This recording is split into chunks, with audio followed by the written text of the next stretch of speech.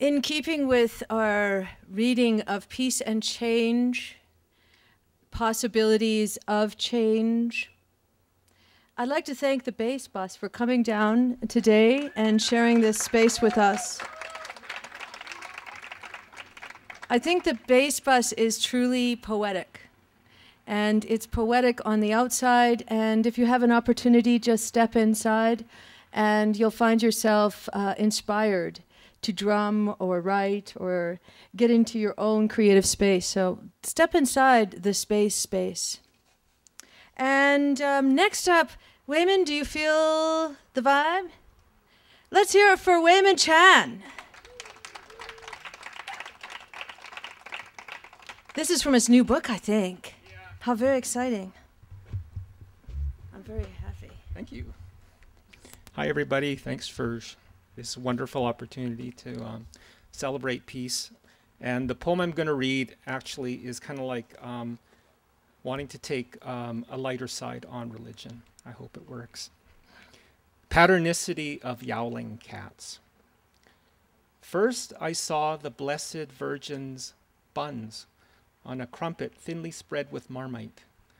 Next day, Liz Taylor was passing overhead while I was in the second cup, chewing through a stone-ground bran muffin that humped my dish like a cinnamon buffalo.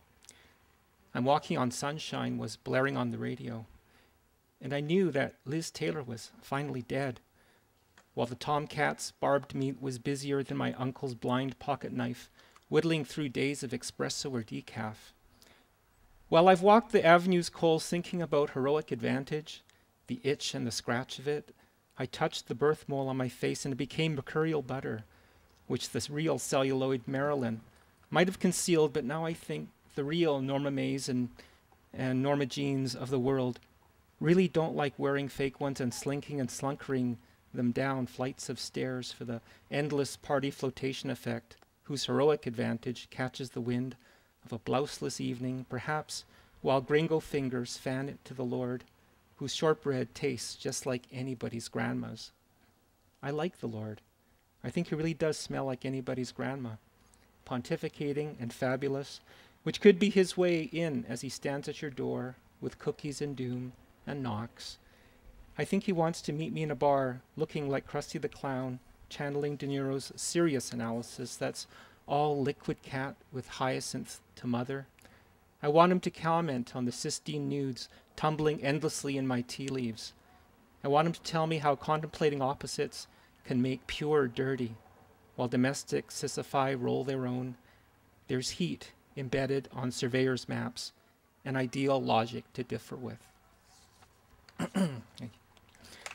Thanks.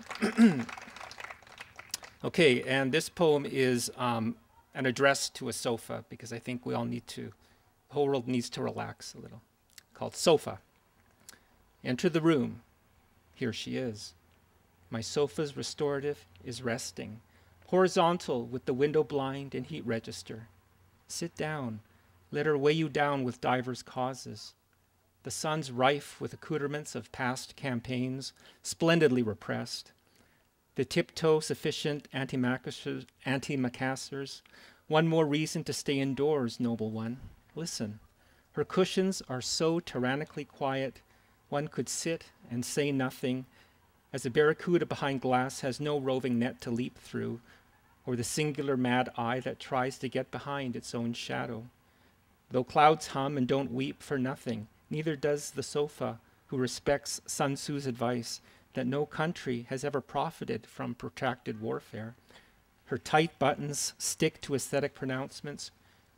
My sofa's all-bred smell, plumbed and righted as a steady window frame, from which life parades before her, looking over the sere cliffs of Manhattan, overlooking my rare nest of abacuses, spellbound by the hair and dust bunnies coiled about her largesse.